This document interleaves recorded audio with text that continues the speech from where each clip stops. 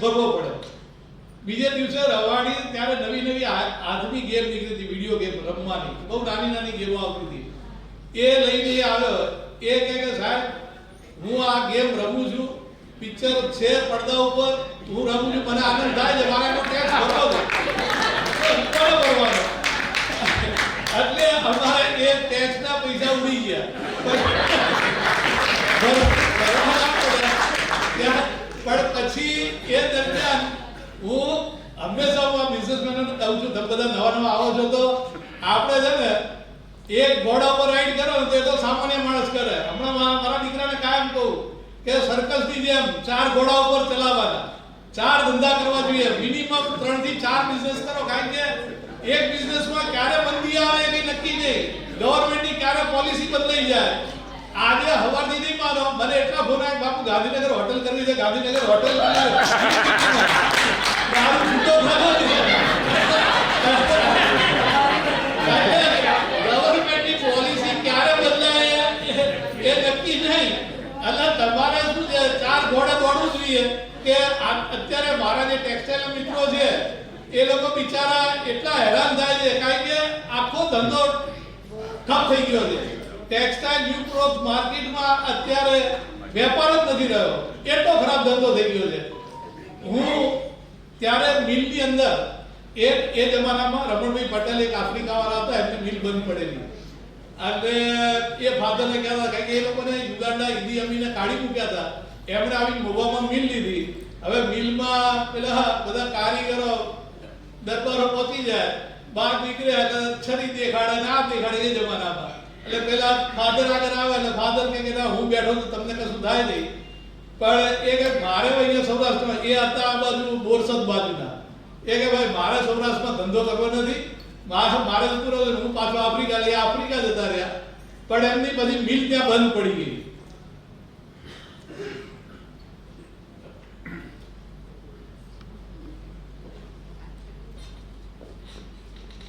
એ મિલ બંધ પડીને પછી એમણે મને ઓફર કરી.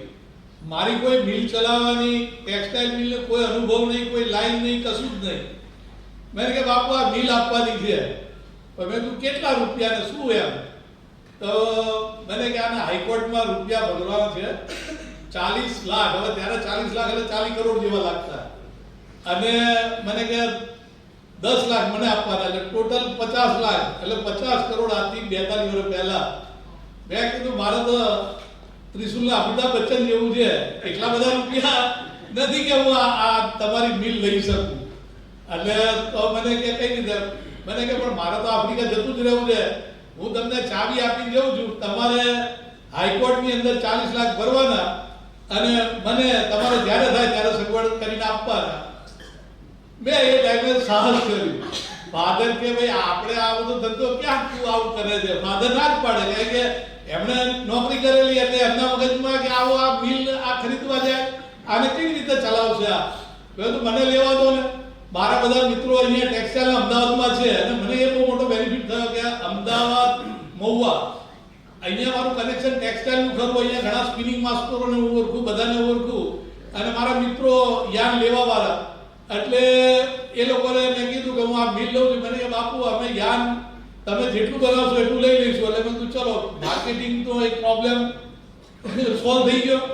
એટલે એક ટેકનિકલ માણસે ત્યાં લઈ ગયો અને પેલાની આગળથી ચાવી લીધી. ચાવી લઈને મિલ ચાલુ કરી. એટલે ત્યારે એવું હતું, કોટન વાળા રૂ ઉધારમાં આપે અને યાન અહીંયા હું રોકડામાં વેચું. યાન જે હોય ને એ રો મટીરિયલ જોઈએ પાવરલૂમ ને, એટલે માલ અહીંયા રોકડામાં વેચાય. એટલે ત્યાંથી ઉધાર કોટન લઉં, એને 3 મહિને પૈસા આપવાના અને અહીંયા કેશમાં યાન વેચી નાખું, એટલે અહીંયા રોકડા મળી જાય. અને આ તો પહેલા દિવસથી કમાણી ચાલુ થઈ ગઈ. અમે કીધું આ ધંધો સારો છે, આમાં કઈ વાંધો નથી. એટલે ટેક્સટાઇલ મિલમાં હું દાખલ થઈ ગયો. પછી મને થયું કે મારે અહીંયા ને અમદાવાદ કોન્ટેક્ટ છે, એટલે અમદાવાદમાં રખિયાલમાં એક મોટી જગ્યા મેં ભાડે લીધી. મિલના અમુક મશીનો મેં અહીંયા નાખી દીધા અને અહીંયા એ મશીનો નાખીને અહીંયા યાન બનાવવાનું ચાલુ કર્યું. એ ટાઈમે મને ખબર છે આ સૌરાષ્ટ્ર કોઓપરેટિવનો ચેરમેન વલ્લભ ગોબર છે, અત્યારે મિનિસ્ટર હતા, જે મારી ઓફિસે એ મુકરદમ હતો, 8 રૂમ ચલાવે તો સ્કૂટર ઉપર એના મજૂરને લઈને થેલો યાન મારે ત્યાંથી લઈ જાય, કારણ કે બંધ પડે મિલમાંથી યાન આવતા વાર લાગે, અને મારી ફેક્ટરી સામે એટલે સામેથી ત્યાંથી યાન લઈ જાય ને. પહેલા જ દિવસથી ટૂંકમાં એ ધંધામાં ફાવટ આવી ગઈ, અને ધીરે ધીરે માતાજીની દયાથી પ્રગતિ થતી ગઈ. 40 લાખ પેલા ભરવાના હતા, એ તો મારે બેંક ઉઘરાણી આવે હાઈકોર્ટની. મિલની એટલી મોટી પ્રિમાઇસીસ, 40 વીઘાની પ્રિમાઇસીસ, અને એ મિલ જ્યારે બની હતી એનું ઓરિજિનલ નામ હતું કૃષ્ણકુમાર સીજી સ્પિનિંગ મિલ.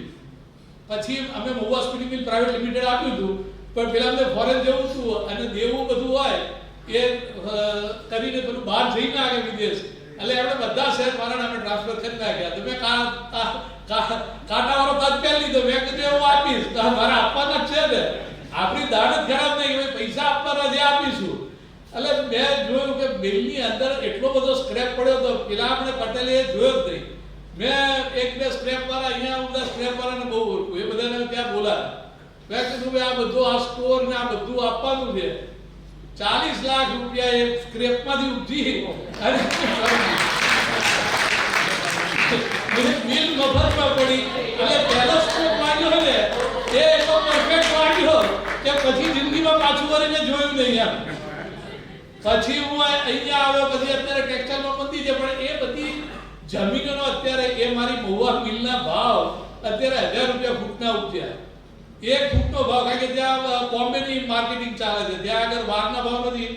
મહુવાની અંદર ફૂટના ભાવ, અહીંયા મારી રખિયાલમાં જે જગ્યા હતી એ મેં જ્યાં સુધી ચલાવી, આ મંદી આવી એટલે મિલ બંધ કરી દીધી, પણ એ જગ્યાના ભાવ એટલા ઉઠ્યા ને.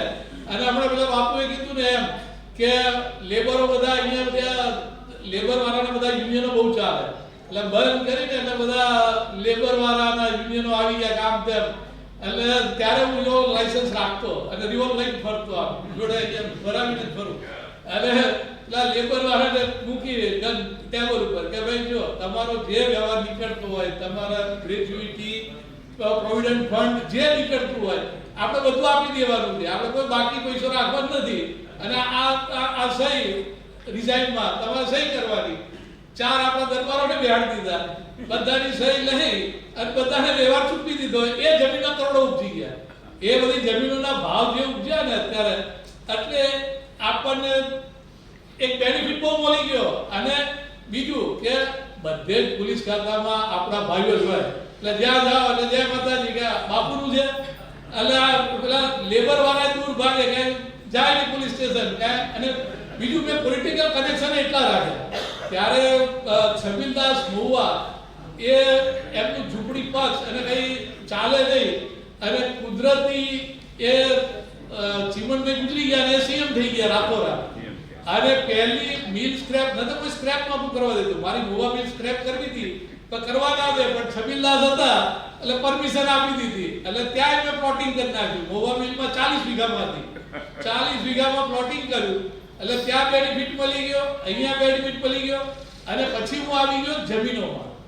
અહીંયા અત્યારે મારું સરવૈયા હાઉસ પંચપટી 5 રસ્તા, બીજા મિત્રોને ખબર નહીં હોય પણ સરવૈયા હાઉસ પંચપટી 5 રસ્તા છે, અને ત્યાંથી મારું રિયલ એસ્ટેટનું બધું કામ કરું છું.